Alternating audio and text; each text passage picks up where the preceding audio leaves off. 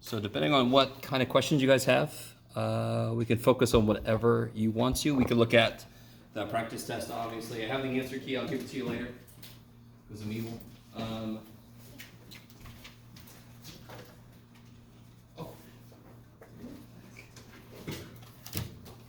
Oh, that's right. I was working. Okay. So it's wide open. So if you have anything from the homework that didn't make sense, if you have, okay. Now that I've taken the time, I went back to my office, and I could have done this at the same time. I do have a handout that I normally give after we talked about all of the various tests. So what do we know so far? Let's do this. What do we know so far? How can I test a series for convergence? What is the very first thing you do? Test for divergence. Because if the limit is not zero, you're done. Yeah? You with me? If you take the limit of a series expression and you get zero, what does that mean? Might converge. You almost hate to get that, because then you're like, shit, I got more to do. So if you take a limit and it's anything other than zero, you're like, thank God. You're done. Divergence, leave me alone. But zero is like, oh, I got so much more work to do. So do not say limit is zero, therefore it converges. That makes no sense. No sense. It might converge, and that's why we have all these tests. So the very first level is just rule out that it straight up diverges because of that reason. Yes? All right, what's the, somebody give me another test you could run. P-series. And what does P-series come from? Integral test. I love it. So that's going to tie into some other ones in a minute. So we have the integral test. That I can apply the integral test directly. P-series was proven using the integral test. And what does P-series say? What's the form of something that's P-series? Has to be 1 over n to the power. Yeah. Yes? So is this a P-series? Yes. Is it convergent? Why? Because it's greater than 1. Greater than 1. I like it. Is this a P-series? What do you got, Jeff? It doesn't matter. Yes. What is this a P-series? Yes. Yes. Okay. Is this a P-series? Why not? You're wrong, but tell me why you think it's not. So this is on the practice test, but it's got a sign on it.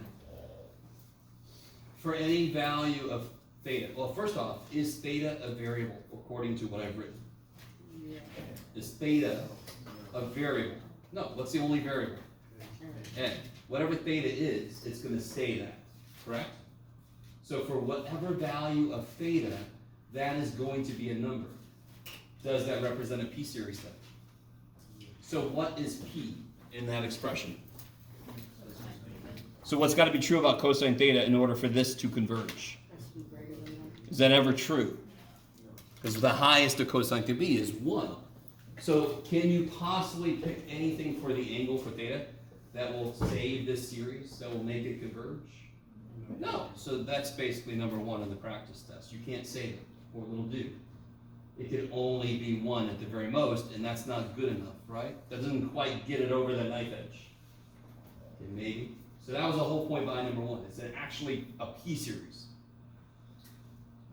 So what do you really look for that could be P-series if I have n in the base to some kind of power? You with me? That could be the P-series. That's why people see this and they don't think it's a P-series because they're so used to being this. Yes? But this is this, because this becomes 1 over n to the 4th. So if n is the base and it's to a power, you could relate, it could be a P-series, or it could be something you could relate to a P-series with the comparison tests. Yes? Okay. So far you guys have brought up a test for divergence, which kicks ass, because that's step 0. Yeah? Rule out, does it diverge directly? Then you've got integral test. To me, the integral test would probably be a last resort, unless it's a really simple integral. P-series comes from integral test. What else do we have? Well, so you can say, oh yeah, you said geometric. I heard you earlier. What is it about geometric? What's the form of a geometric?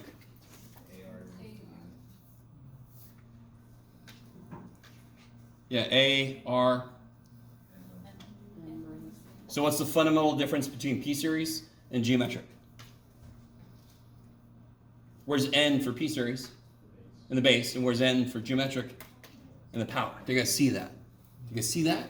Good. Does that mean that if I see n in the power, it's automatically directly a geometric? No. It means it could very well. Maybe you gotta mess with it a bit. Get it right? You with me? If I see n in the base, same thing. Is that cool? It would be like a p-series, yeah. Okay. I like it. And what tells me a geometric converges? If R is less than Yes. Absolute value of r is less than 1. Good. Now be really, really, really careful. Specific example very quickly. Jeff, just, get some more. If I had this, actually here, if I had this.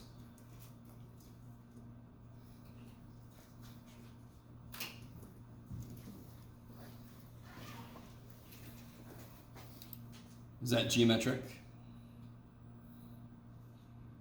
What's the basic idea behind a geometric series? I just keep multiplying by the same thing. What do I keep multiplying by? No, negative 2 sevenths. Yes, that is huge. That is important. R here is negative 2 sevenths. So will this be convergent? Because the absolute value of R is less than 1, yes? You guys with me? So be really careful. We'll say R is 11, or I'm sorry, R is negative 11. So that's convergent because it's less than 1. No. The absolute value has to be less than 1, right? And again, why does that make sense? Normally, if I keep multiplying a number by itself, it's going to grow, yes? If I just said pick a number, nobody in here is going to say 0.78. More than likely. You're going to say 2, you're going to say 3, you're going to say pi, you're going to say whatever. You with me? And if you multiply that by itself, it's just going to grow, correct? The only numbers that when you multiply them by themselves over and over and over, and they get smaller, are between negative 1 and 1. 0, of course, is the ultimate. 0 times 0 times 0. But are you guys at all with me? What's the absolute value look like? Yes. What's a parabola look like? U. Doesn't it dip below absolute value in between 1 and negative 1? I don't know if you guys are with me. Real quick, just a side note. If I graph y equals x squared versus y equals absolute value of x, they meet at 1 and negative 1. Because if I square a number between those, it gets smaller. If I square a number outside of those, it gets bigger. That's why it's curved. Right? If you plotted x to the 100th power in your calculator, it would look like this. If you don't believe me, do it. Because what is here? Who's got a calculator? I can't stop for some reason. Do 0.9 to the 100th power. See if your calculator freaks out. That might be too big of an exponent. It should be okay.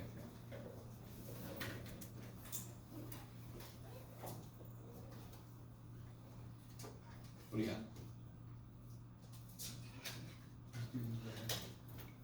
So you got E? Oh, you did weird stuff. Okay. 0.9 to the 100th power. What do you get? Like 0.00000. Yeah. Right?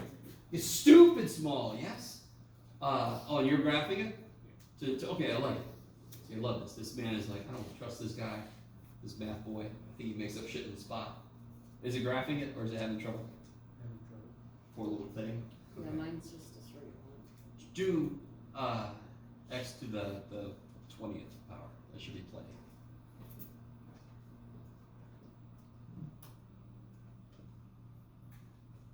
Yeah, perfect. Can I borrow that for a second? Okay. Just because I don't know where mine is. There you go. Where's x to the 20th power? Yes? Crazy? Why does it do that shit? Because what's 0.9 to the 20th power? 0.9 to the 20th power, as I continue to use, is 0.12. So 0.9 squared is 0.81. 0.9 to the 20th power is 0.12. So it does not grow until it gets really close to 1, and then it just shoots up. Because it's the 20th flipping power. 2 to the 20th power, stupid big. So it's like, oh, I can't do much, holy shit. Yes? So if you did 100 power and your calculator is able to handle it, it would almost look straight down, straight over, straight up. Okay, I'm sorry. That's all kind of related to what we're doing. And I just couldn't stop myself for some reason.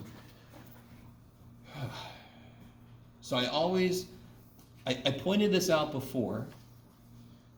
P here has got to be greater than 1, correct? Why does that make sense? Because in order for a series to converge, a very superficial way to look at this is I need the bottom to be big so that the whole thing gets small enough. So of course it makes sense that my power's got to be bigger than 1. Okay, that makes sense. The bigger it is than 1, the bigger the bottom is, the smaller the whole thing is. Does that make sense? Why does R here have to be less than 1? Because that's the only kind of number I can multiply by itself and it gets small. Because the whole idea of a series converging is related to get the damn thing small, quick, right? If they don't get small fast enough, 1 over n, what the shit does that do? The sum of 1 over n, what does that do? Sum of 1 over n, what kind of series is it? What's the power on the end? So 1 power, yes? So is that convergent or divergent? So P series, P equal 1, which is not greater than 1, so it's divergent, yes? But wouldn't you agree that 1 over n gets small decently quick? Just not fast enough. It doesn't get small enough fast enough. Maybe. So every rule has got to be based on that idea. So that's why P's got to be greater than 1, because it makes the bottom big. That's why, I'm sorry. Yeah, greater than 1 because it makes the bottom big. R has got to be less than 1, because when I multiply by itself, it makes it small. Yes? Big bottom makes the whole thing small. Little numbers multiply together make it small. It's all about, does that make sense? It's all about making the elements small, quick. Okay, maybe. All right. So what else we got? So far you guys have told me test for divergence, the good old that's a good thing to do first. Secondly, I would look to see if it's geometric or P series. Yes? And then I'd say, okay, did he tell me to use integral test?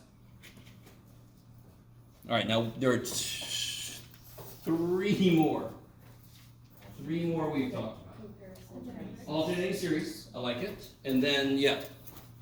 So obviously, when do I use the ast? When it's an alternating series. No way. When do I use that? When it's that. Okay. Right? Is that cool? So when it's got a -1 dependence, -1 to the n, -1 to the n plus 1, something like that, it's alternating. To apply the test, you sort of put that on the side. That identifies it as alternating, and then you put it to the side and you look at the other piece of it, yes? What are the 2 things for alternating? Once you see it's alternating, what's got to happen? It has to. The limit has to be, Has to be 0. which is basically test for divergence, correct? Limit's got to be 0, and the elements have to be decreasing. Kick ass. Okay, maybe. Is that all right? And then I think somebody already said the other 2 ones are based on the idea of comparison, yes? You have everybody's favorite, direct comparison test. And then you have the limit comparison test.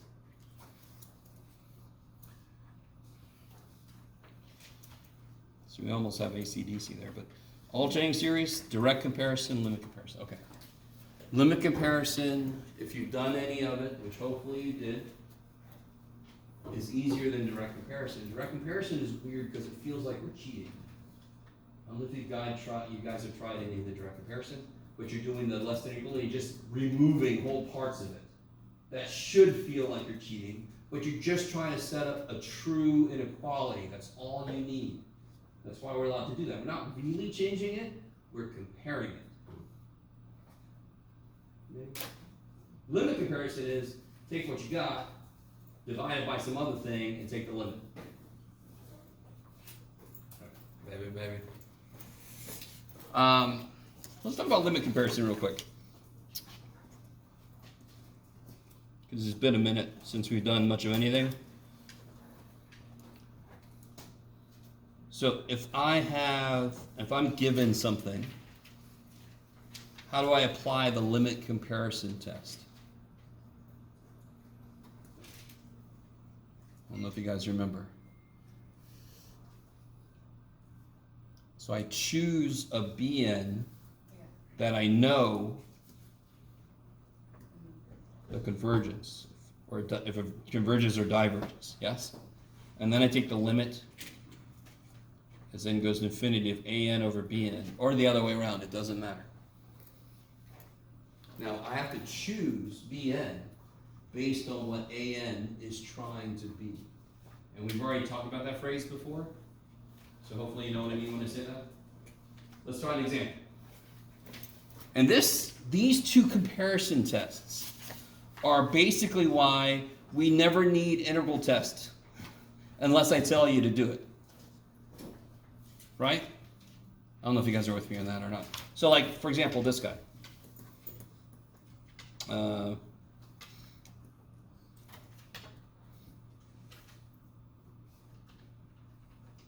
Now, understandably, some of you guys realized, and if you did a full argument, I would accept it. Isn't this even better than a P-series?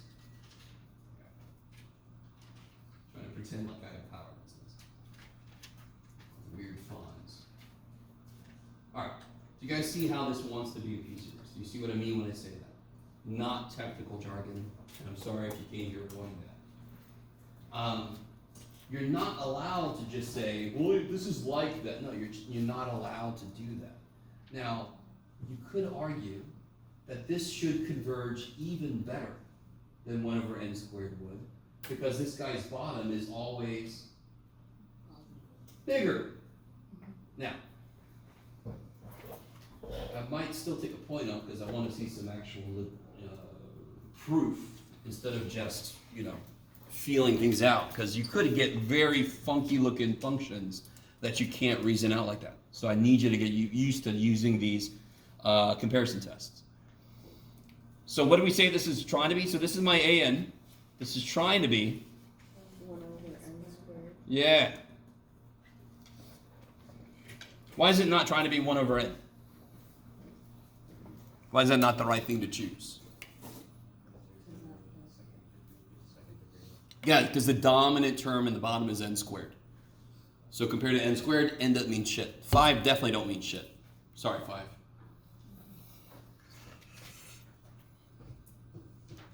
So this is my an. I'm going to choose bn to be 1 over n squared.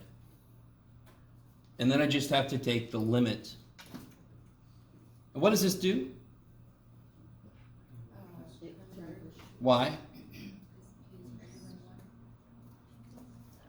Yeah. In fact, even better, do this. P equals 2 bigger than 1. That tells me you know it's a P-series, you know what P is, and you know how to check it. You guys see that?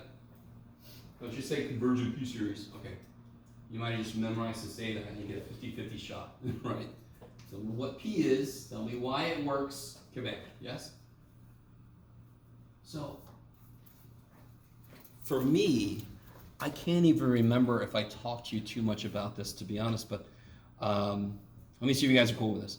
So if I put an on the top, what's the shortcut way to do this instead of making a big-ass fraction? If I want to put bn on the bottom? Do the reciprocal. Multiply by its reciprocal, yes? Is that cool? So I get the limit as n goes to infinity of n squared over n squared plus 2n plus 5. What is that?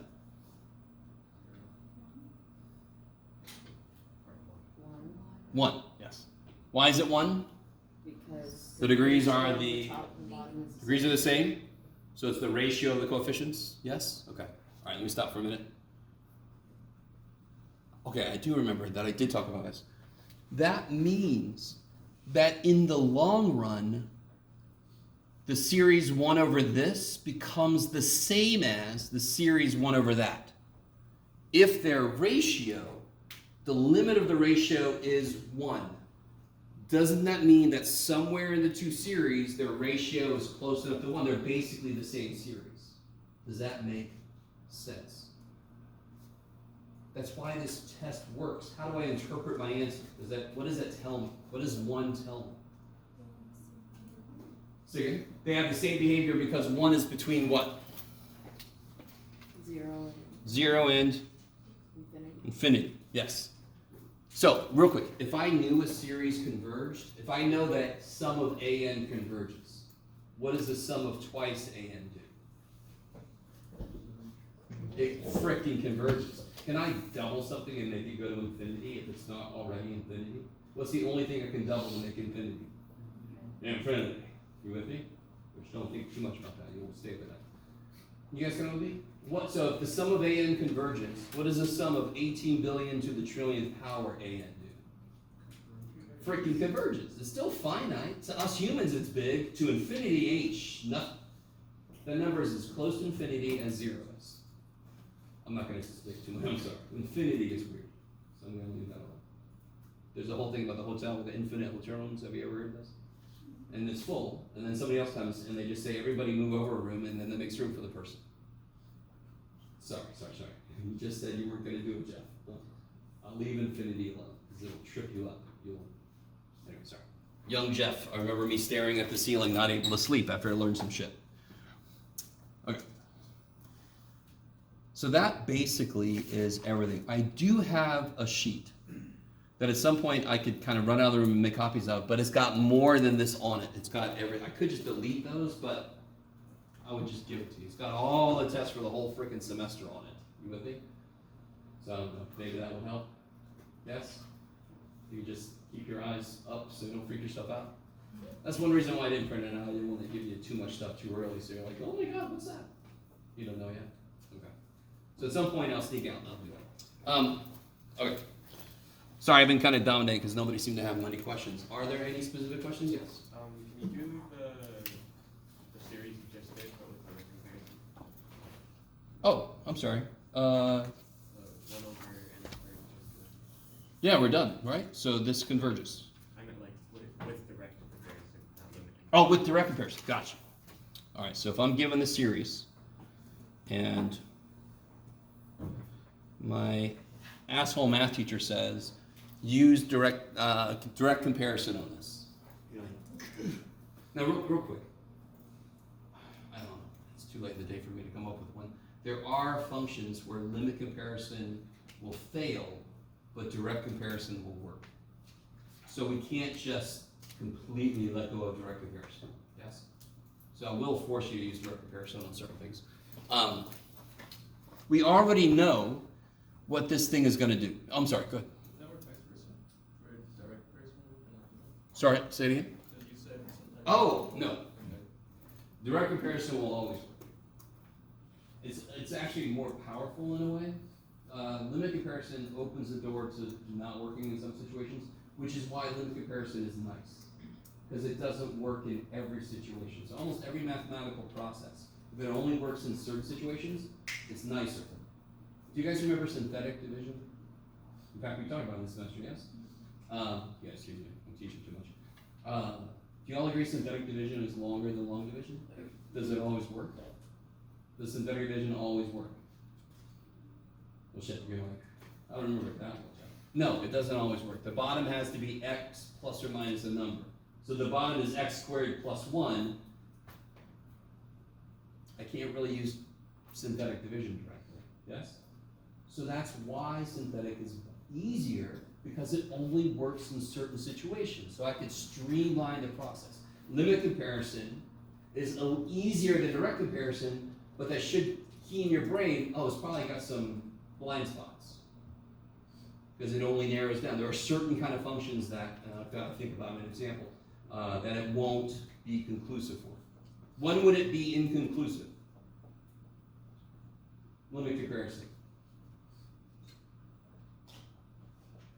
Well, when does it work? If the limit I get is? If the limit is between 0 and infinity, both series do the same thing. So if the limit is 0 or infinity, do I know anything? I don't know shit. That's when it would fail. Okay, I like it. Am I key? Okay. So if I want to use, or let me say it like this, if I have to use direct comparison on this, what's my first step? What's the whole thing with direct comparison? What's the whole thing with direct comparison? I have to set up Inequality.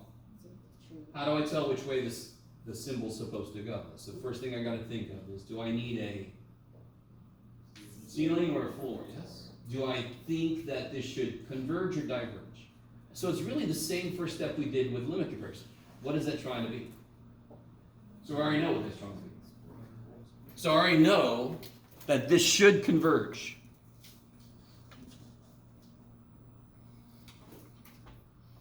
So I start here. Do I need a ceiling or a floor then? Ceiling. I need a ceiling. Yeah, sorry. So if it diverges, you need down there. You need a floor. Doesn't really match. Sorry. So which way should my inequality symbol go? I want this to be the ceiling for this guy. So this should be bigger than this guy. Now this one's kind of nice. I kind of made it a little bit nice just in preparation for this. How do you make a fraction bigger?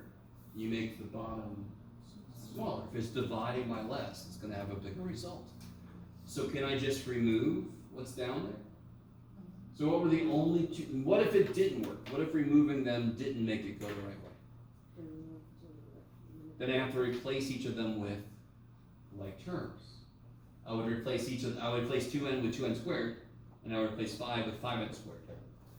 That would make the bottom bigger, the whole thing smaller, if my inequality had to go the other way. You with me? So that's the only two things that could happen with DCT, with direct comparison test. I either erase what's there, or I replace it with like terms. Because one makes the bottom smaller, the whole thing gets bigger. The other one makes the bottom bigger, makes the whole thing smaller. Or you have to think about the top too. Okay. In this case, we don't have to worry about the top. He's nice in one. That's awesome. So in this case, I could just remove these two, and is this inequality true? Yes. I like it. And what does this guy do? Converges. Why? P equals 2 greater than 1. Therefore, this does what? Does. Yeah, converges also.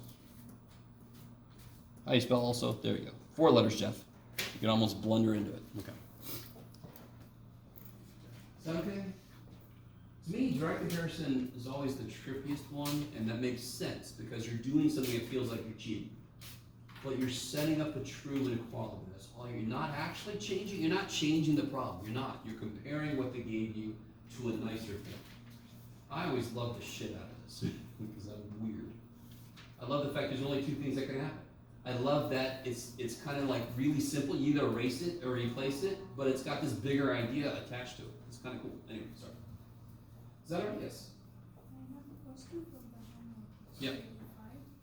35. Which one? 11.4. 11.4? 80 something? 35. 35. Okay.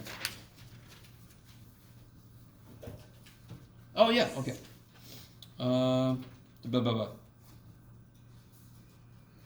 This one's neat. I like this one. Stop. So, all right. And this is 11.3. This is where they teach us. Is this 11.4. 11.4 is where they do comparison tests. 11. So you're trying to come up with something to compare this to. Yes. Now, real quick. How do you guys feel about n factorial? Does it grow quickly? So let's think about like n squared growth. How does n squared grow? And then it's 1, the answer is 1. 2, 4, 3, 9, yes? And then 1 over that. So I'm looking to see which denominator gets big quicker. 1 factorial is 1, 2 factorial is 2, 3 factorial is 6, which is smaller than 3 squared, yes? But 4 factorial is 24, which is bigger than 16. Are you guys kind of with me? So n factorial is relatively new for some of us, but that sucker grows quick. So on one level, so I already know. So what do you guys think? Since n factorial seems to grow fast, do you think it converges or diverges? Since the bottom gets really big, really fast, the whole thing gets really small really quick, I know it's gonna converge. Now, I can't just go, well, you study class, right? I'm not gonna give you this exact problem, because you've got it in the homework, we're talking about right now, but if they give you one with a factorial in it, here's what you would do. Did anyone try this problem out? And you're not sure? Did you do something? I got it right. I don't know. All right, let's see. Weird about it. I love that. All right, let's see. So let's take a look at this. Can you guys help me write out the nth term? What would the nth term look like? So you could do, all right, so there's two options here. I could either do n times n minus 1 times n minus 2 all the way down to 1. Most often in these kind of problems, it's better to do it the other way. So you could define 7 factorial to be 7 times 6 times, or you can define it to be 1 times 2 times 3 up to 7, yes? So what would it look like if I look at it that way? That would be 1 times 2 times 3 times 4 up to n, yes? Is that cool? You guys with me? Okay. If we think this converges, and we feel pretty good that it's going to converge, you guys, is that all right? We all agree on that. Do I want to find a ceiling or a floor? Ceiling. So I want to find something. That was a neat sound. Okay. I want to find something that makes a ceiling for this guy that converges.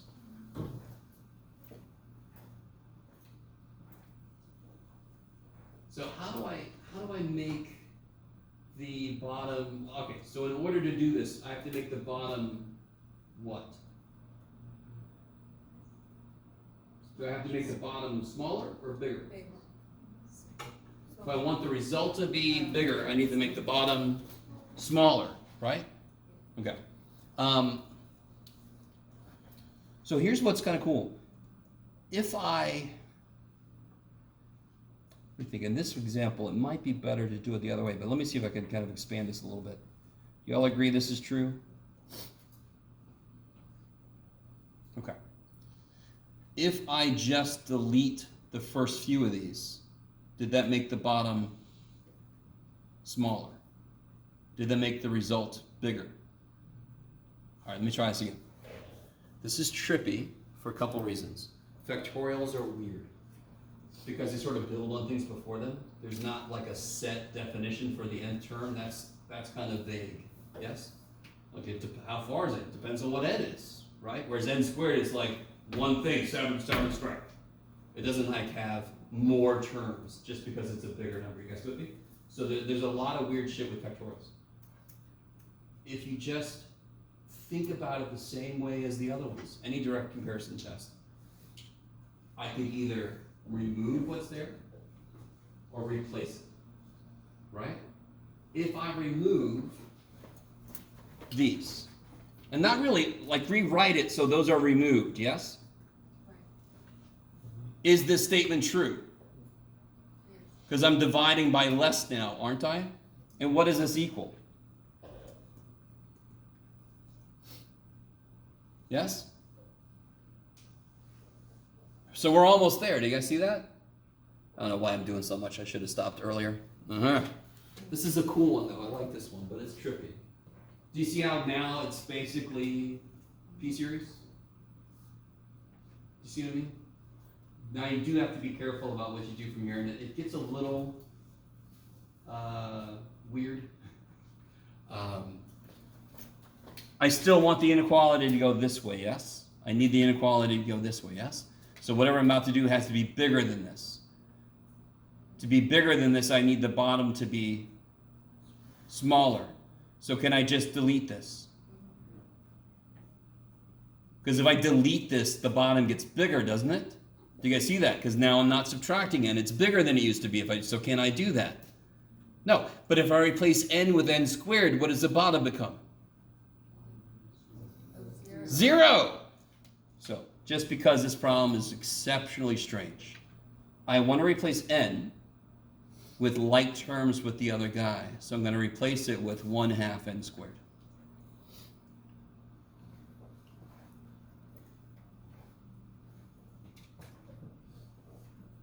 Yes. Why'd you put the 1/2? If I put n squared, the bottom is 0. Then I'm saying it's less than infinity, which doesn't tell me shit. I need to end up with a series that I know converges. If I end up with infinity, my series could go to infinity. So I probably should have done an example where we replace stuff, just to remind you about how that looks. I can either delete something, but then we went, oh shit, the inequality wouldn't go the way I need it to, yeah? Or I can replace this with like terms with the other dude. Because either I want the bottom to become bigger or smaller, or vice versa. Removing this makes one of those two things happen. Replacing it with a bigger thing makes the other thing happen. Yes? Why did it have to be 1/2? No, it could have been 1/10. It could have been 9/10. It could have been whatever the shit. I just need something that's like terms with this that won't make it 0. Maybe. Okay. So this would be 1 over 1/2 n squared. Does the 1/2 do anything to me? No, it's just a constant. It's a convergent p series. So I did the whole thing. But that was definitely a trippy one. I agree. Factorials, you almost always want to flesh them out. This one I think could have worked either way, but there will be some coming up where you want to start at 1 and go up to n. That makes it a little bit easier to see what's happening.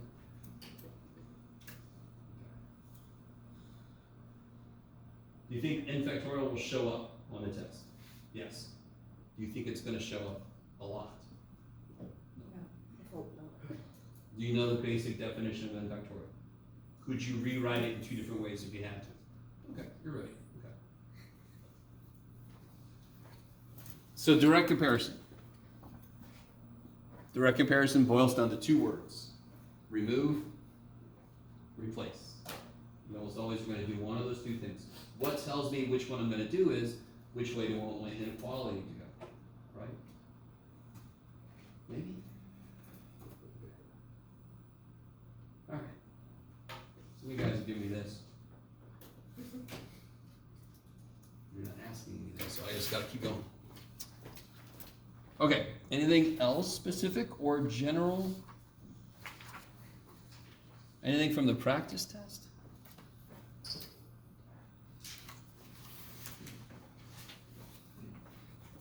Anything at all? Are you guys all ready? You guys want to take the test now? Oh, sorry, yes. Do you go over 4B?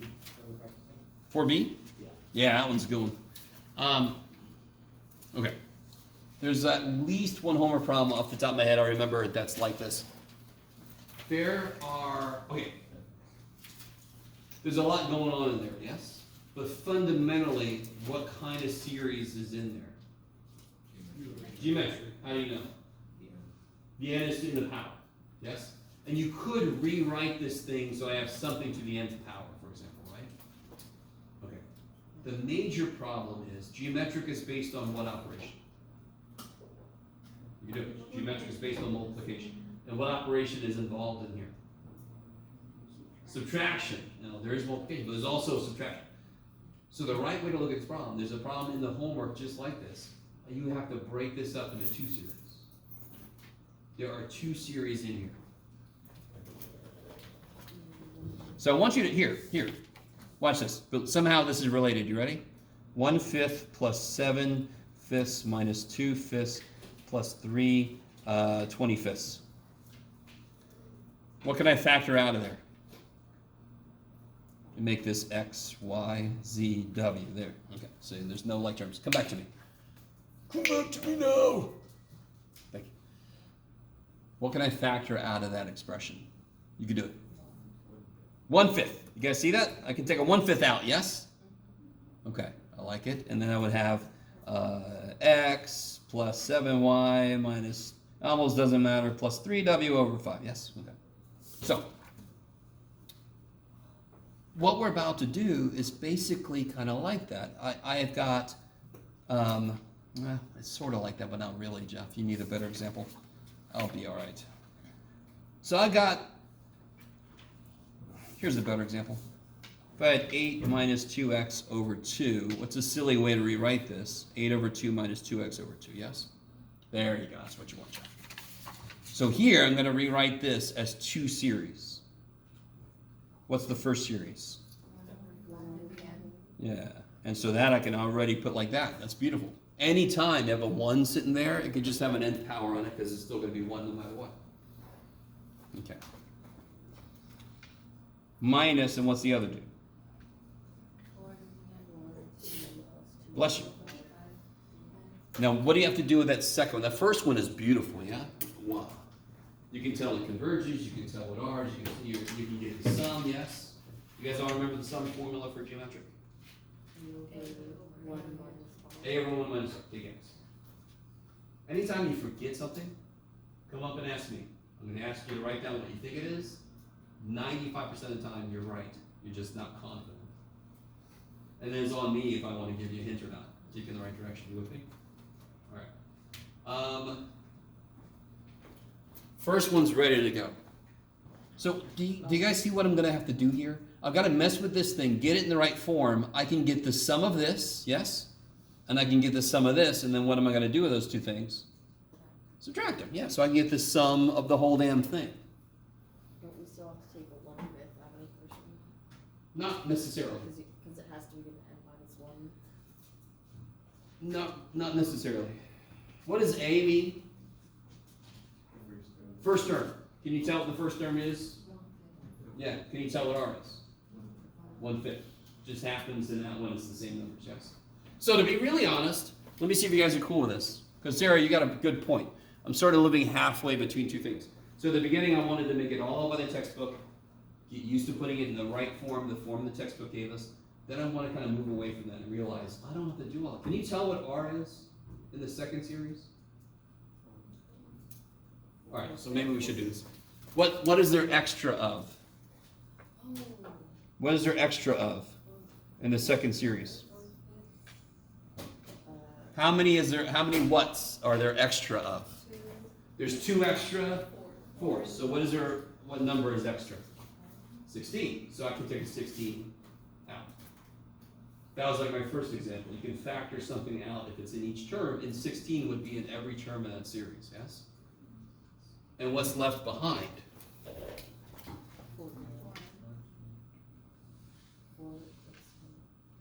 4/5 n, yes? Yes. Okay. Now, to be really honest, all right. If you do it this way, you get this sum and that sum. Whatever this guy's sum is, you have to multiply it by 16 before you subtract it, yes? Or you can take the 16 inside and then do it from there. It doesn't really matter. Let's do it the way I've got it written. Do either one of those diverge? Do either one of those, what's the R for the first one? Does that converge or diverge? Because R is less than 1. Second one, what's the R?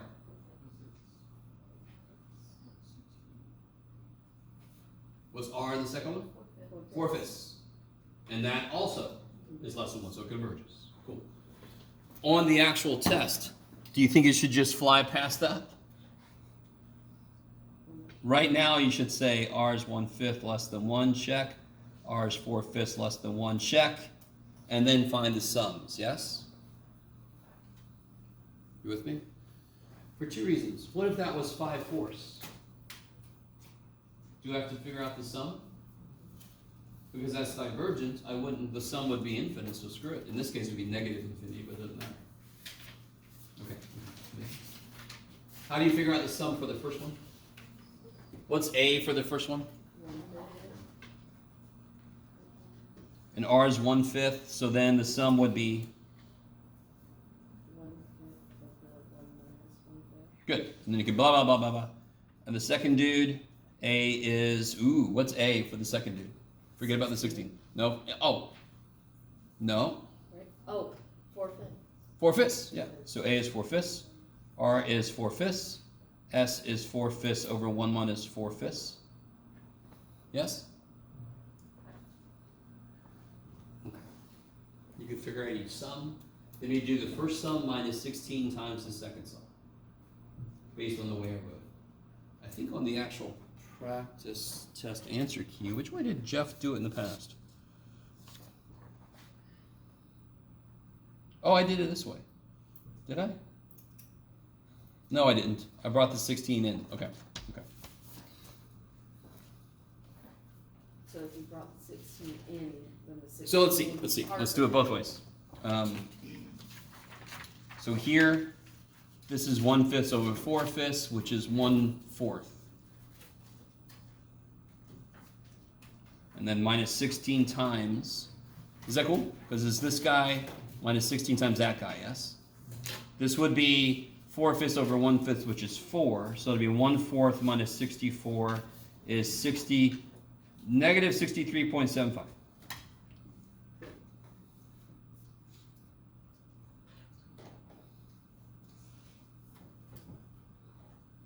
If I do it the other way, what's the other way, Jeff? I have the series, but I leave the 16 inside.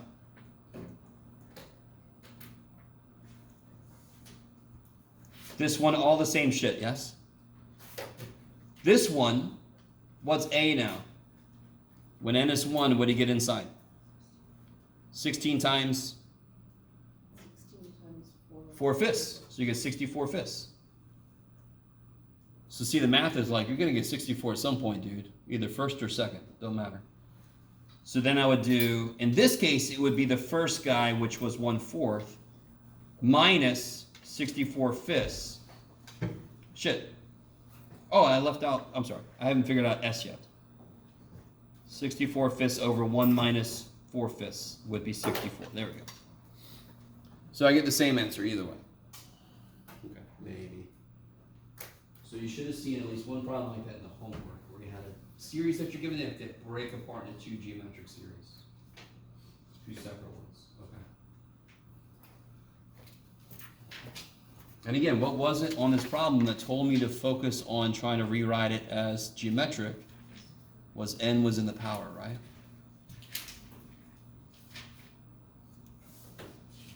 Okay. Somebody else had a hand up, I think? Any other questions? If not, this is a very short night, because the whole point of tonight is questions. Yes? 6C? All right, I've written all over this poor dude. Let's see. Oh, yeah. Okay. So, how can I determine, okay, you can either use direct comparison, limit comparison, or alternating series. I don't care, right? Is this alternating series? No, because it doesn't go negative, positive, negative, positive. Will some of the terms be negative? Will some of the terms be positive? Yes. Will it go negative, positive, negative, positive? Yes. You with me? Okay.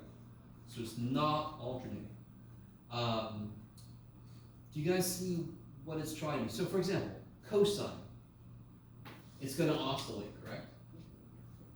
But isn't it being divided by something that's growing really big? So what's cosine going to be trapped between? Negative 1 and 1, yes? But the bottom's getting bigger. So the fact that the top oscillates almost doesn't matter. It's going to do this kind of thing. It's a dampened oscillation, yes? I don't know if you guys are with me. Okay, I got 2 thumbs up. So if you think of this like this, the top is basically finite. So it's like a 1 up there. You guys with me? And this is not how you do the problem. What I'm doing now is, can I think of a series this is trying to be? That's what I'm doing right now. Yes? Because most of what I'm getting, well, is it alternating series? No. What's the first step in both direct and limit comparison? What's it trying to be? Right? Okay. So what is it trying to be? Gotta be careful. So, whoever's taken me before, and I think this has come up this semester, what part of that might I have a rant about? Even though I'm the one who wrote it this way. The 11. Yes, yes. So what's a better way to write this? N to the 1 11. n plus 1 times n to the 1/11. Now, when n gets big, how important is plus 1? Not. So what is it really on the bottom? And again, you can just distribute the damn thing. What is it trying to be? Where is my n? Is my n in the power, or is it in the base? It's in the base. So what's this trying to be? More than likely, Sort a of p-series. Will it always and forever be a p-series if I see n in the base? No. Is it what I try to see if it works? Yeah. If I see n in the base, I'm thinking, okay, especially if there's not a lot going on, and there really is not a lot going on. The cosine, I'm certain, is probably tripping some of us up. I don't blame. Okay. So, this is trying to be what? If I keep going and I multiply the bottom out, what do I get? N to the 2. 12/11 plus n to the 1/11. Yes? That's all. 1 plus 1/11 is 12/11. Yes? So, does anyone have a guess as to whether this converges or diverges? I think it converges. Because it's basically trying to be a p-series where p is 12/11, and 12/11 is bigger than 1. Like. So when you have, here's the thing, this is not always going to be true what I'm about to say, but when I'm looking at infinite series and I have some cosine or sine dependence, that's bounded. If the other piece of it, in this case the bottom is getting big, unbounded, so the fact that cosine's oscillating, who gives a shit? That oscillation is going to get tinier and tinier and tinier. Yes? Maybe? Okay. So which way do you guys want to try this? What do you guys think? You want to, can't do this for this one. So which one of these do you want to try? Do you see how the limit comparison could have some issues? Because what's the limit as n goes to infinity of cosine 2n? If you want to do it that way, you could potentially use squeeze theorem. You want to? I would much rather use direct comparison because cosine 2n is always less than 1, for example, right? So it seems like that's built for inequality stuff. So let's see if it goes in my favor. So if we're going to do direct comparison, do I want to find a ceiling or a floor? Because I know this is, I am pretty certain this thing is going to converge because it's like a p-series. So I want to find a ceiling. So I want to make a change. And the change I make has the result in a bigger function.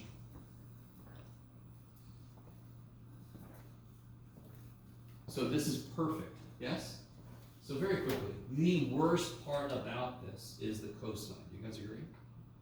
I can immediately, what is cosine 2n always smaller than? Or at least as most, let me make it more true. What is cosine 2n always at most? 1, there. I can immediately just, I'm not replacing it with 1, I'm comparing it to 1. That's what told me direct comparison is going to work. That's why squeeze theorem works. Because cosine and sine, they're bounded. So I can immediately set up a bounded situation. That's what squeeze theorem is all about. This is not squeeze theorem. This is just me going, oh, I need an inequality, and cosine flows right into an inequality. It's always at most 1.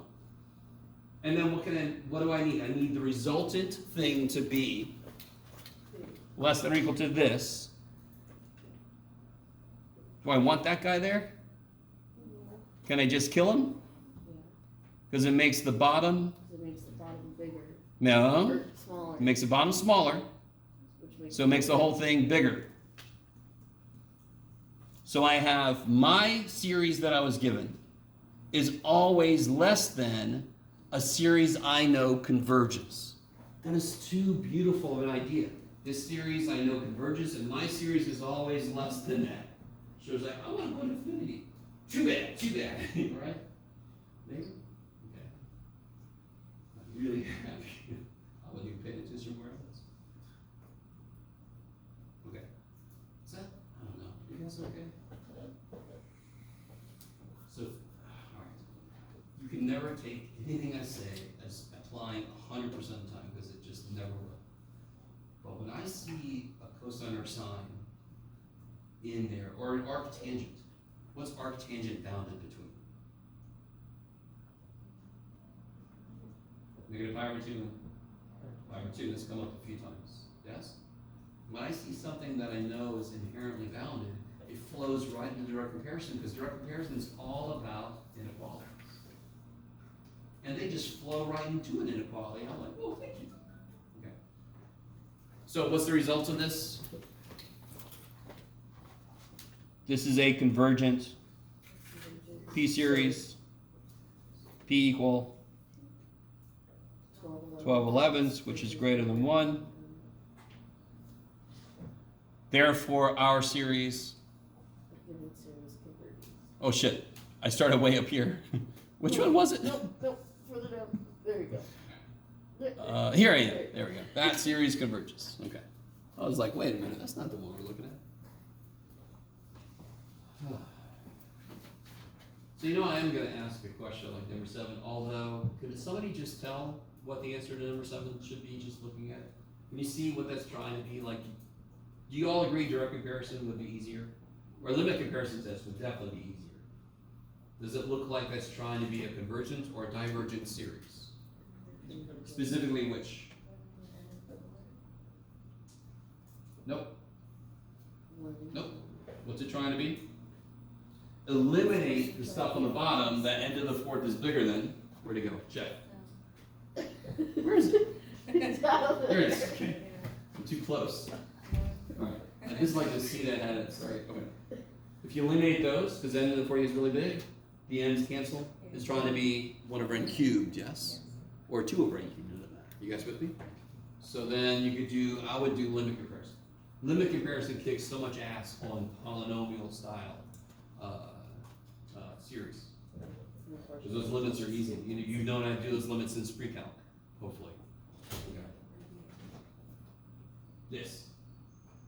And a lot of our series are fractions, so you think of it as 1 times the reciprocal of the other one. Just kind of shortcut that out. Okay, I keep skipping over somebody. Somebody's hand goes up. Any other questions? Yes? Could you help us with number 1? Oh yeah, okay. Okay. So I want you to find the summation form for this. What should I start with? What should I write down for myself first? Okay. The first thing you can notice is, okay, math boy, at least you gave me the top is always 1. That kicks ass. Yes? So I know the top's 1, so I already got that part. So I know that AN is going to be, where is it? There it is. It's going to be sum of 1 over, okay. That I know. Now how do I figure out the rest? A1 is what? A2 is what? A3 is what? Can you see a connection between the value of n and the term I get? The value I get, right?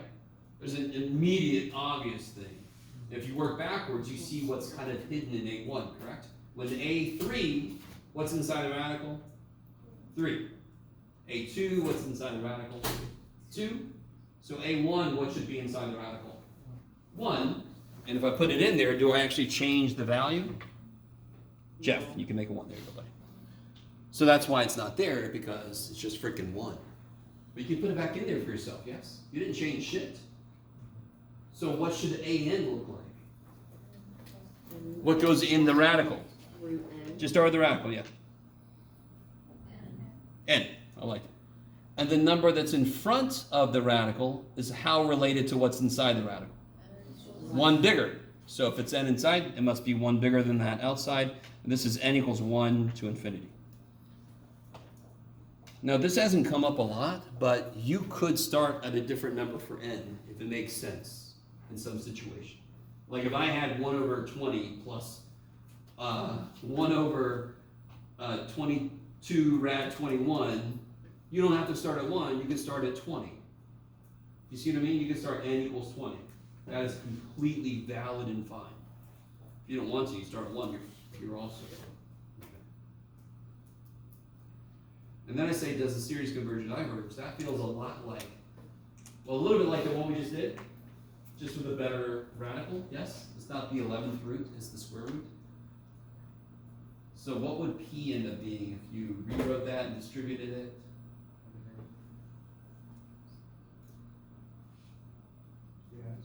3 halves, right? N to the 1/2 times N is N to the 3/2, so I know I need to find a ceiling if I want. I think there's a lot of ceilings on this one. Well, number 6a is not a ceiling, yes? Because 6a is trying to be what? Over N that diverges, so there I want a floor. There, thankfully, finally, we have a floor. We have so many ceilings in one little.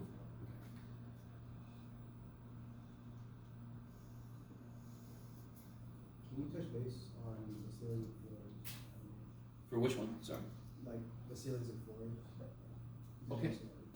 So, all right. So, like, all right. Let's look at part A because it's got. Did I make? No, I made part A too easy. Damn it. Did I? Let's see if I made it too easy. So, what? For example, what is this trying to be? 1 over N. So I know I need to find a floor. Yes. So I need my inequality to go this way because I want whatever I create to be less than what I started with, right? So I start with this. And man, I am so nice. Although, I guess it's fine, Jeff. Well, wait a minute. Is that N minus 1? N minus, oh, God. That's pathetic, Jeff. Can you guys all correct Jeff's beautiful mistake? Just start this at 2. If you start at 1, the first term is infinite. Good job, Jeff. I think, right? No, it isn't. It's a cube, and it's not even the right thing. I think it's okay. If n is 1, what do I get? 1 minus 3 minus 2, 8 minus 6 minus 2. Oh, you can get 0 for 2. Okay. There. Okay, make it a 3. Okay. Sorry. That's all a side note. So I want to make a floor, and what that means is I want my inequality symbol to point the way I've got it so that whatever I write is below this, and that's why it's its floor. And I want to end up with something on this side that goes to infinity, and so I have no choice but to go to infinity with it. Because it's my floor, right? It's like, oh shit! It's like the reverse of the Indiana Jones thing. It's, the floor is going up. We're gonna die. No way. So what's your options? Did I really not make any? Damn you, Jeff. I'll get one out of the book. Because if okay, what are my 2 options? I could either remove stuff or replace stuff. So for example, if I remove the 5n, that makes the top smaller, which makes the whole thing smaller. Yes? God, Jeff. If I remove the 3n and the 2 here, that makes the bottom, you can do it. Smaller. No. Right, bigger. I'm not subtracting these things now, so then it would make the bottom bigger, which makes the whole thing smaller. And I'm already there. Bleh.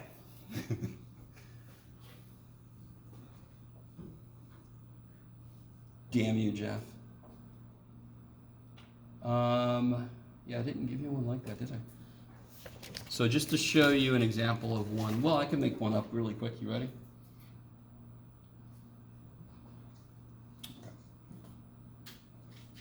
Is that okay? And then, of course, you would say this is divergent, and it's a floor for this guy, therefore this guy must also diverge. Yes? And so the first step is really, really crucial because it determines what you're going to do. So if you take the guess wrong, you're screwed. Maybe. Maybe? So, we're going to make one up like this here.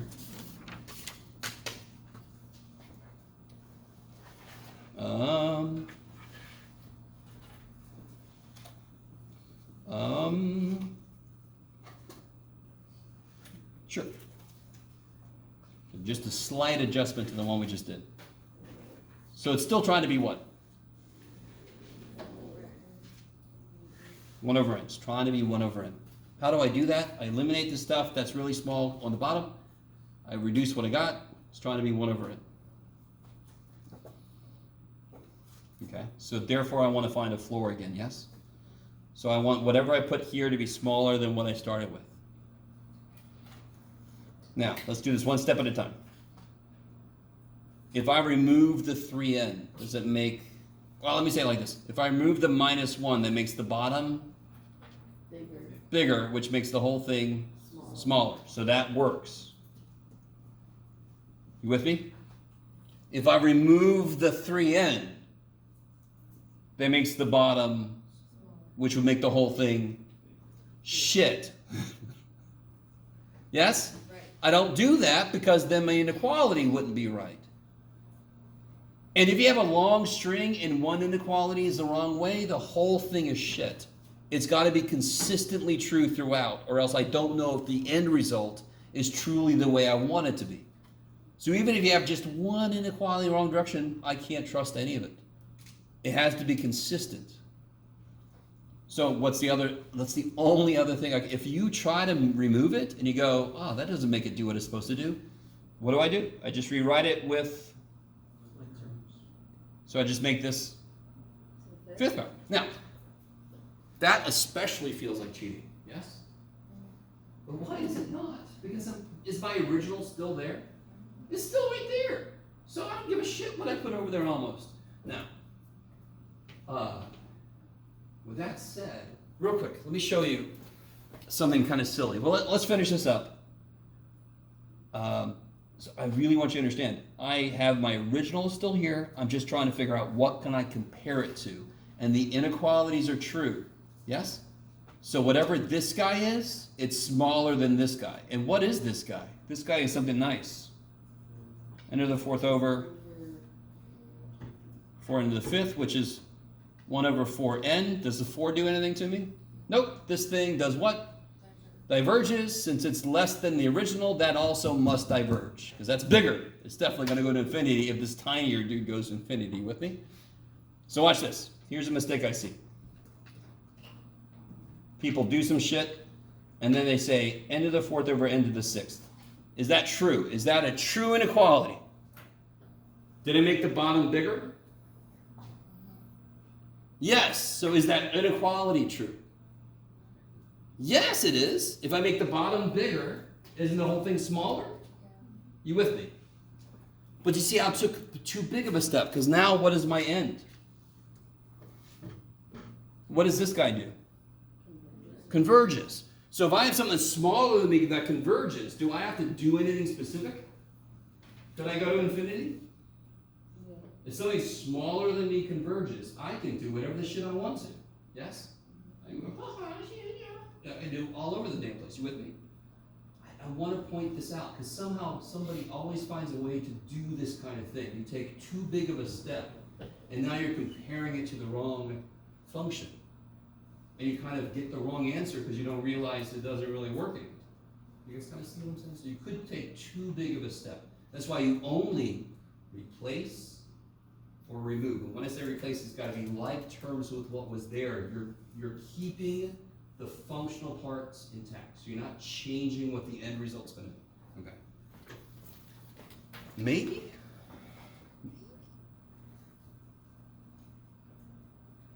So real quick, if I just happen to know that AN is bigger than BN, yes? And I know that AN converges, do I know anything about BN? It's just trying to be a bebop. What does AN act like for BN? Ceiling. If AN converges, what do I know about BN? Then BN It must also converge, yes? Do you see what I mean? Maybe. So what we normally do is we construct what the other series is.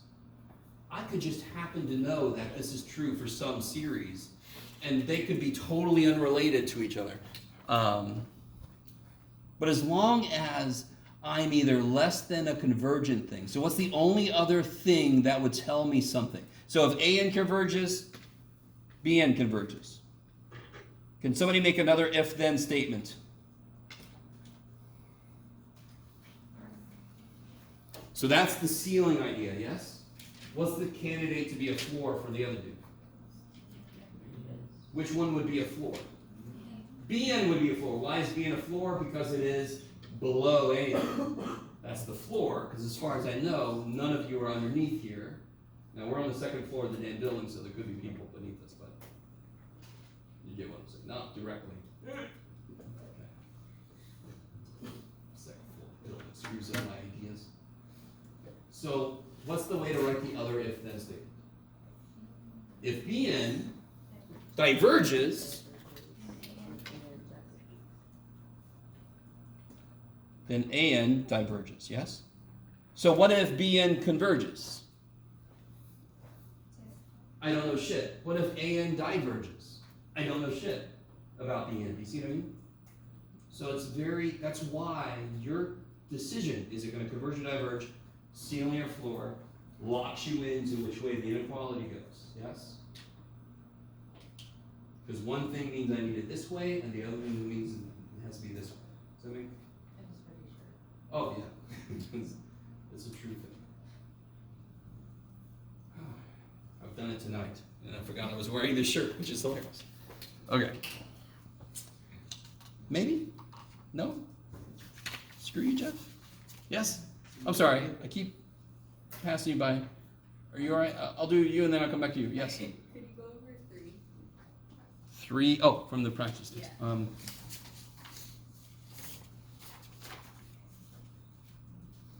Oh yeah, okay. What is, for most series function, generating functions, what's the quickest way to show it's not increasing?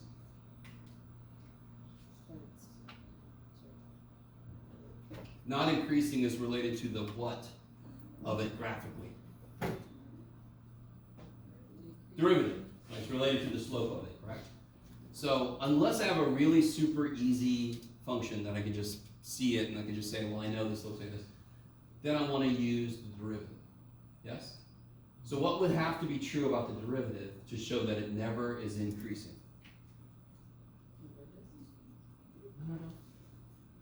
Sorry? It's got to either be negative or 0. Yes? It could sometimes be 0, but it's got to be mostly negative. Yes? If the derivative is negative or 0, if it's less than or equal to 0, can it ever be going up? No, because if it was going up, the derivative would be positive. So let's do this. Can you guys take that guy's derivative? Go. The 3 plus 2n, yeah, make it x to make it all official, yes? Derivatives of discrete numbers.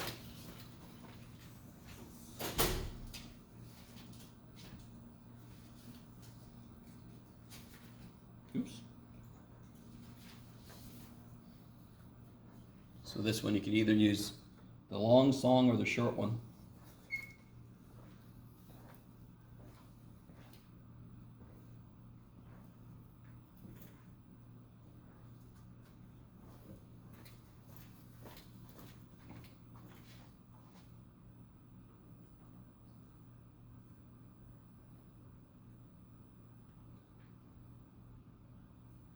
So I don't know if you guys know a song for quotient rule.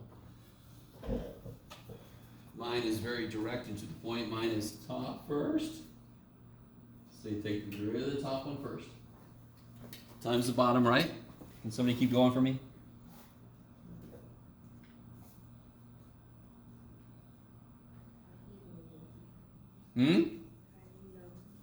Alright, all your weird stuff. Yep.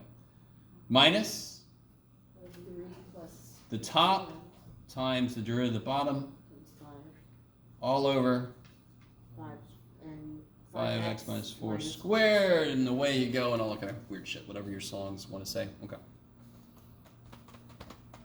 I don't like music, it sucks. No, I'm joking. So then, if I simplify this, now this is where people really trip up, but just keep going, just brute force this sucker out. Can you guys see 10x minus 10x? Can you guys see that? So I don't have to write so much stuff. 10x minus 10x, yes? So then I get negative 8 minus 15 is negative 23, all over something that's always positive. So I have a negative number divided by something that's always positive. That is always negative. So we have shown that it's non-increasing. In fact, I can say even more definitively, it is decreasing. So it is decreasing. If I also tell you that it's bounded below, what can you tell me about the sequence? It is always decreasing and it's bounded below. It must converge, yes. So that's the idea of a monotonic bounded sequence. Must converge. Why does that not help like cosine? Isn't cosine bounded? Well, why does it not follow that? Because cosine is not monotonic. It's up and down, up and down, up and down. All right. Maybe, is that all right?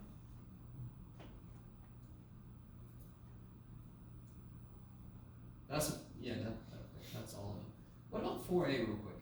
What do you guys think about 4a? You could do the whole limit, go crazy, or you could realize the idea of length degrees. Let me ask you this. What's the degree of the top in 4a? 1/2. Beautiful. What's the degree of the bottom? 1/2. Same degree. So what's the limit? 1/3. Not almost 1/3. I see square root of 1 on the top as a coefficient. I see 1 on the bottom as a coefficient. Root 3. So it's 1 over root 3. Negative, right? So what does that tell me? The limit of this business is negative 1 over rad 3. What does that mean? What's that? What's the big deal with that? No? I don't know if it's decreasing. All I know is the limit is negative 1 over rad. That it might converge. Exactly the opposite. Because in order to maybe converge, what's the limit have to be? Oh, right. So since that is not 0, that Diverge. I'm done. That diverges. That's why you always check the limit first. Now I didn't do it on some other problems because it was pretty obvious, but you want to check the limit first, especially if you're like, I don't know, wait, try the limit.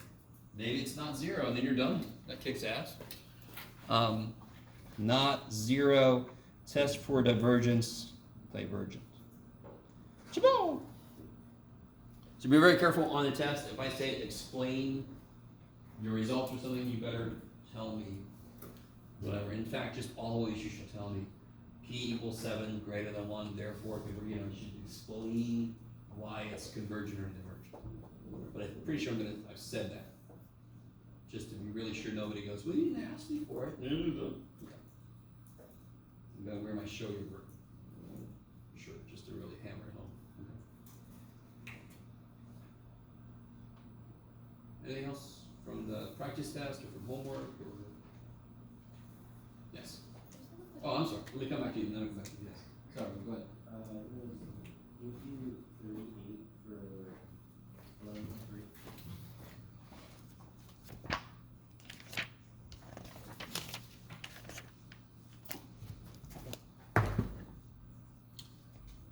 Oh yeah. Okay. This one is a little involved because you have to figure out A1, A2, A3, A4, and then add them all up to get S10. Yes? S10 would be A1 plus A2 plus A3 plus A4, blah, blah, blah, yeah? Okay. And then it says estimate the error in using S10 as an approximation to the sum of the series. So how would you do that?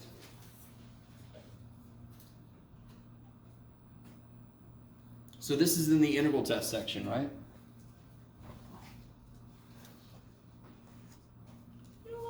And they gave us the expression for the error. Is this the best they did? No, here it is. Yeah. So I talked about this a little bit. So if I want to, normally what we do, we almost don't care what's the smallest error could be. I care what the biggest error could be, right? Because you tell me, at least you're off by, no, I want how much am I off at most by, right? So you just do that. You integrate 1 over x to the 4th from 4 to infinity. That'll be an estimate of how far off you are at most. Does that make sense? I think we did a concrete example of this, if I remember correctly. Or maybe we did. Maybe it's my bad memory. I don't know if that helps, but you know, I'm not overly concerned about this. I do want you to do it in the homework because it kind of reinforces integration. This is an improper integral, and you might as well get reinforcement with that. And you might as well really understand that there is, even though most series, we cannot get what they add to be, we can at least, for a lot of series, know how far I am off by if I stop at the whatever term. Yeah? So in general, if you have a situation and you can be off by at most in the 7th decimal place, you can actually work some of the stuff backwards and it would tell you n must be at least, what must be 23. So you have to go out to the 23rd and then you're guaranteed to be close enough. Does that make sense? It's like tolerance testing. You have a certain tolerance of how far off you can be, right? Government work, it's pretty big. Big tolerance. Yes. Horseshoe, same field, close enough. Okay.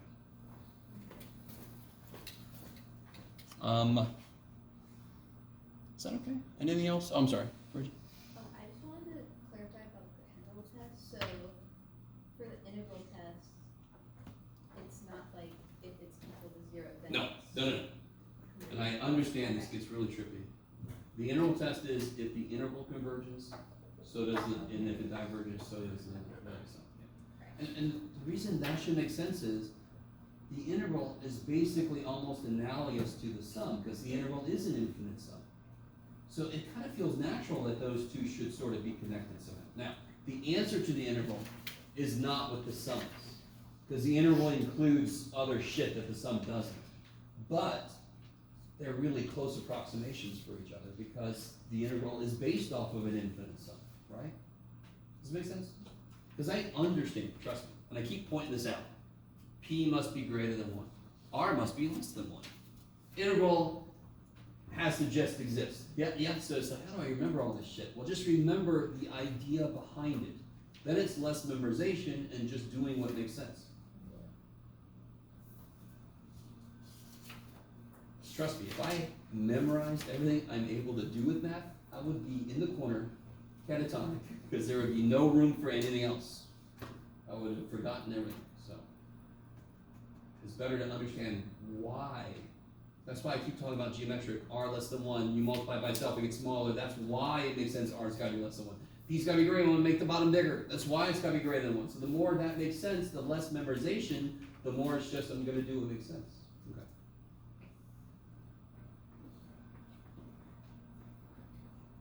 Eternally hopeful. So let me do this. I'm gonna sneak away real quick because I feel like this might be really helpful. That sheet I told you guys about, I'm gonna print it out. It's gonna have a few more things that you need to know. So I'll tell you how far you have to worry now. But you might as well have it now. I think it'll be helpful. So give me just a couple minutes here. I'll be back. I'm recording stuff, so I don't say too many evil things about it.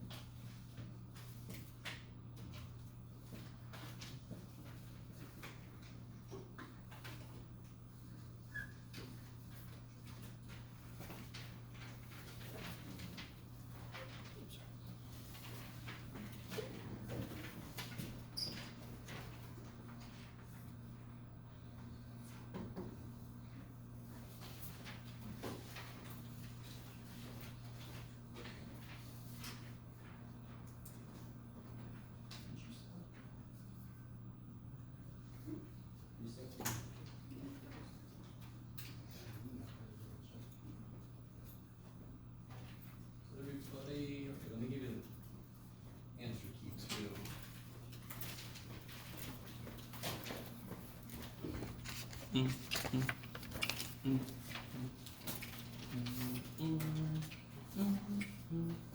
actually put it all in one page. Yeah, I did. It's gonna be exciting for you guys to try to read. Alright.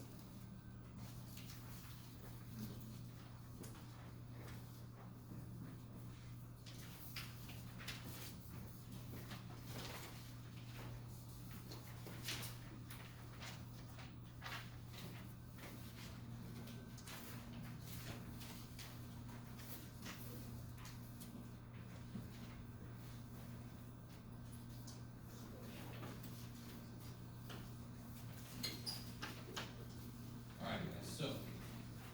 Oh, did you do this? Oh, I did. Yeah. No, move that edge.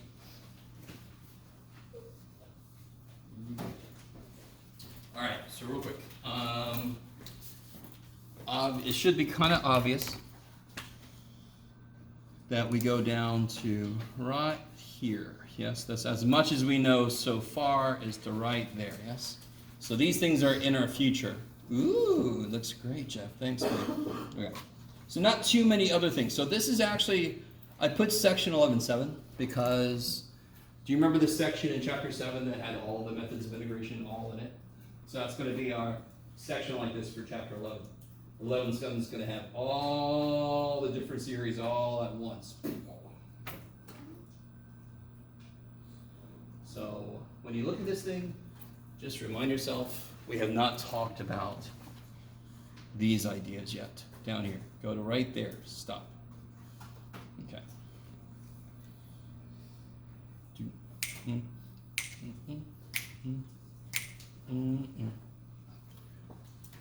So is that okay? Is that helpful? I was just reticent to give it to you because it has more. I could have deleted it, but you know, it fits so nice.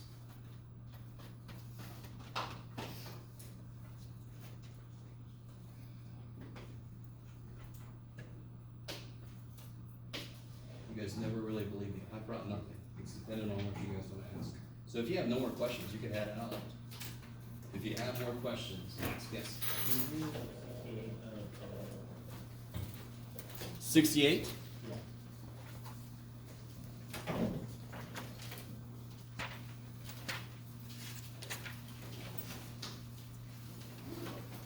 Oh yeah, this is, all right. This is exactly the one I had in mind when I was talking about that factorial stuff earlier, right? So the question here is converge or diverge, right? Wait, it says, wait a minute. This one says use a graph. That's crazy. Let me see. Yeah, no. I don't know what the author was smoking when he made this problem. Because I don't know an easy way for a student to access a grapher that would graph that. Like, how do you build?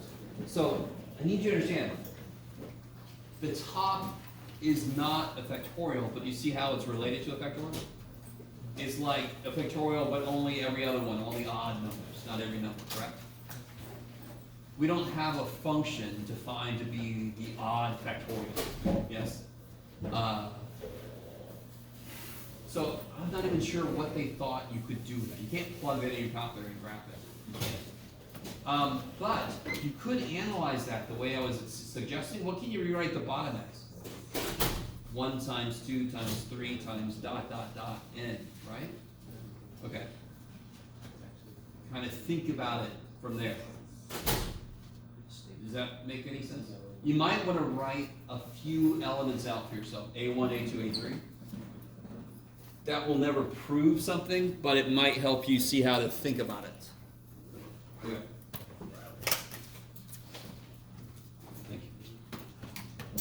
Yeah, so that one, I'm not sure what they thought you had access to to graph that. That's interesting. Yes.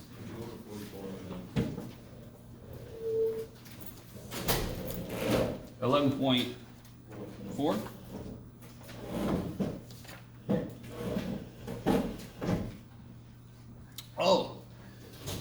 Oh, okay. So would be a geometric series, all right? Sort of. And this is the section where we are, okay, comparison tests. So when it says estimate the error, let me see, how do I say this?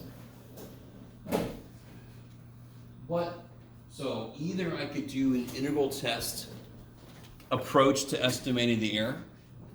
Do you see how the integral test for this would be really gross? Okay. So if you look in here, they talk about estimating sums, and they give you an idea about, here's a nice example. Estimate the error involved. So they do use the integral test for this, so I thought they had a different method for you somewhere. Jeff, just put your glasses on, buddy. There you go.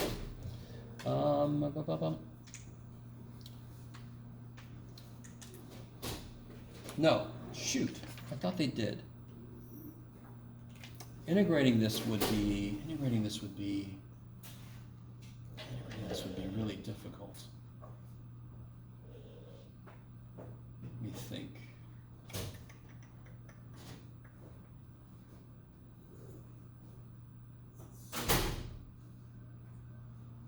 Yeah, let me think.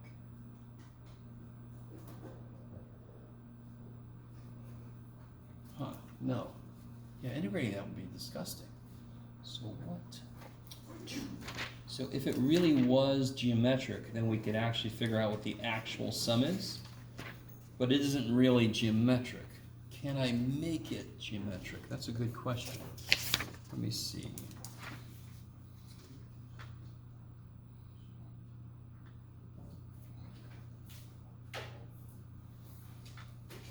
No.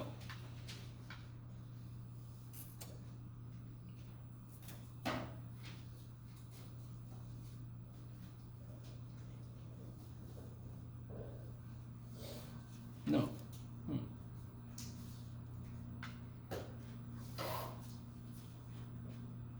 No, no.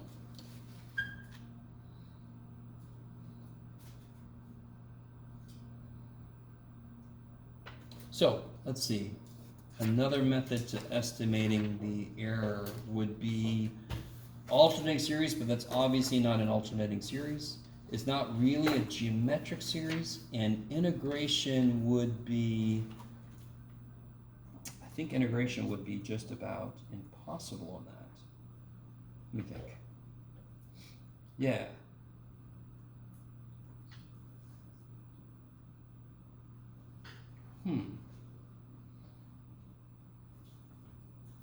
Oh, no, that doesn't work.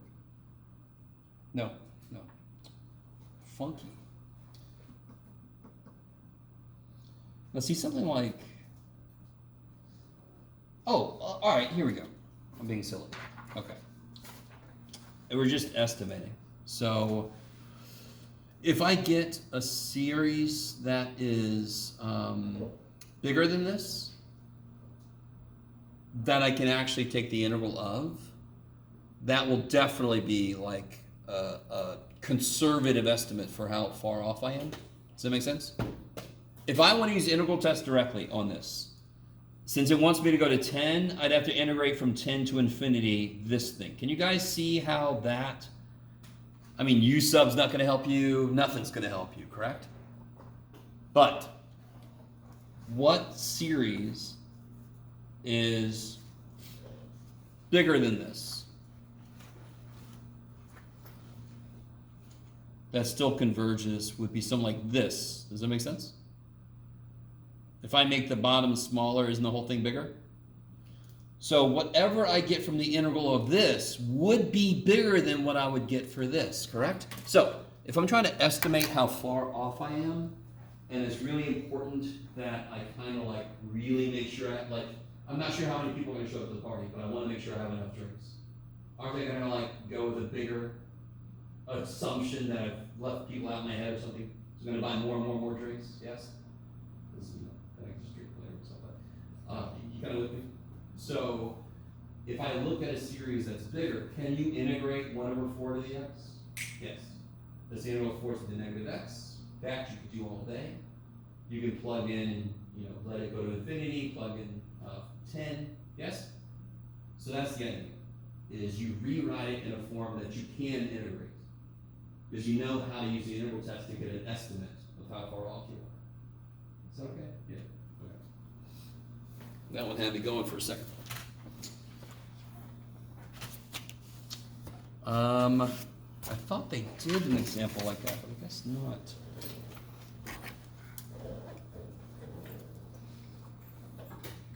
Oh, I guess they sort of did.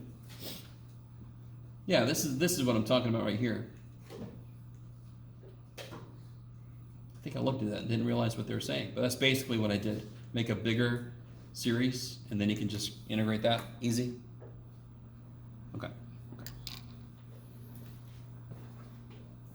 Yes. Could you do number 60 from 11 to 2? Let's see. You never know.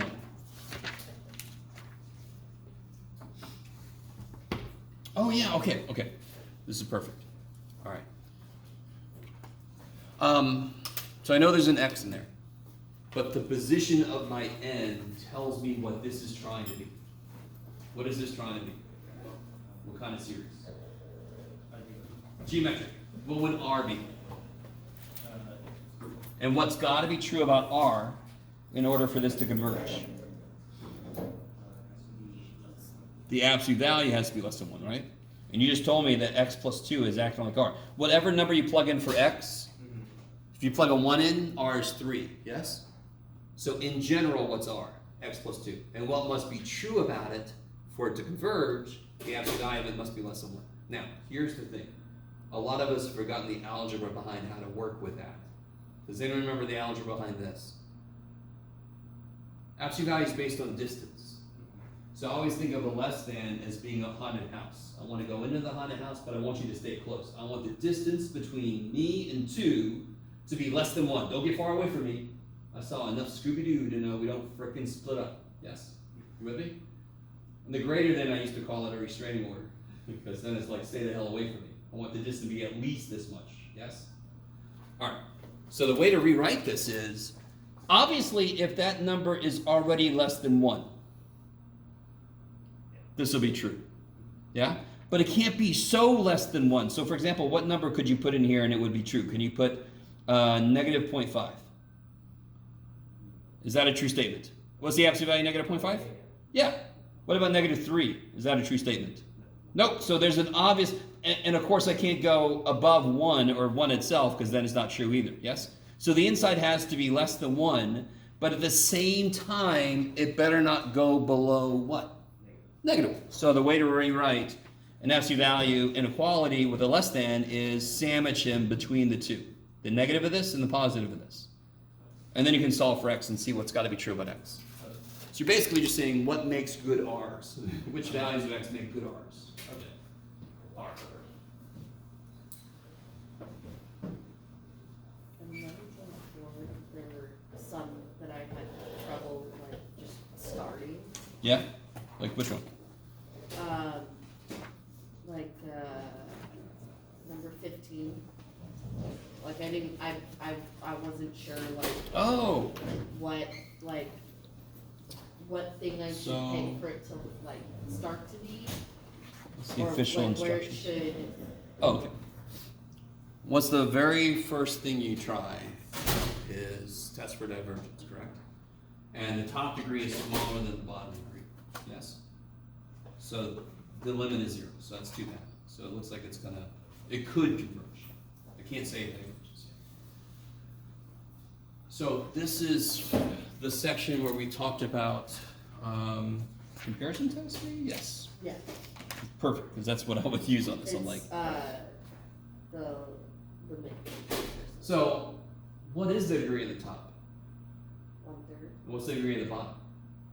1/2. Nope. Oh, 1/2. 3 Three halves. halves. So if you ignore those, because when that k gets big, they don't mean shit. Mhm. You have k to the 1/3 over k to the 3 halves.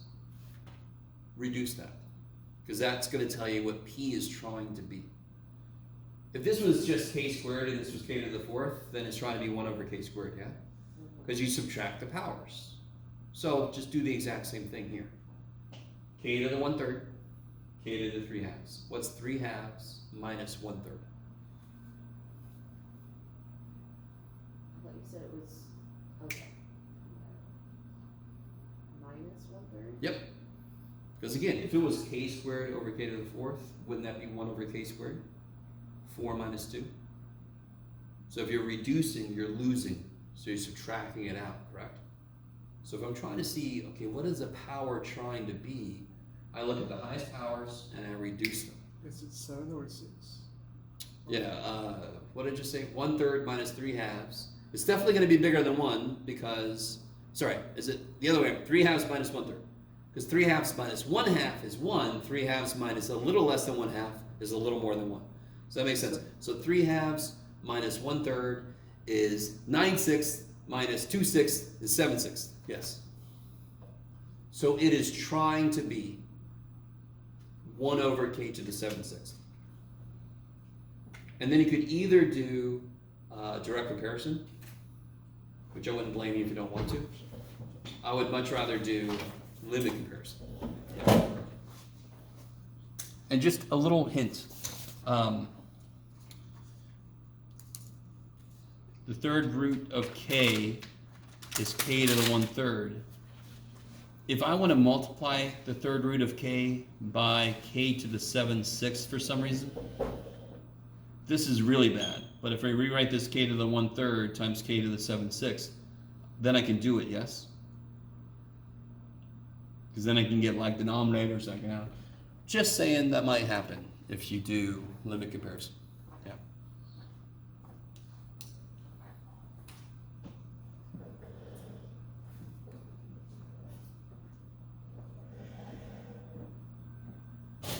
Oh, this one's not Just want to say, like, ahead of time, over the weekend, I'm getting my wisdom teeth removed, so if I don't show up on Tuesday, that's most likely why. Oh, I see what you mean. So you're gonna be here on Thursday, Yeah. but then you might be out too. Okay. Trust me. I had a fun time with my wisdom teeth, so I understand. Hopefully yours goes well. I just have a question about, because I know we already went over this problem, but just like how I did it differently than you did it. Oh, I see. Yeah, that's the other way you could do it. So is that okay? That's a little more involved, but let's see. It made sense to me, so I. Yeah, you see how you basically ended up. You actually Yeah. ended up with like the same number on top, actually. Yeah. Oh, because you, right? You subtracted them and showed. Okay, yeah, that's perfect. Okay. So you can either do the an plus 1 versus an thing, or you could do the derivative. Yeah, either way. Thank Yeah. you. Super quick question. So if it converges, do you find a floor? If it looks like it's trying to be a convergent series, then I want to find a ceiling. So remember this, convergent starts with the letter C. So I want to find a ceiling for convergent. And divergent, I want to find something down there, down floor. Yeah. Is that cool? Yeah, because I want something to contain me. So I am forced to converge. Yes? If I think it's convergent. And if I think it's divergent, I want a floor to push me to infinity. Yeah, okay. Okay, thanks a lot. You're welcome.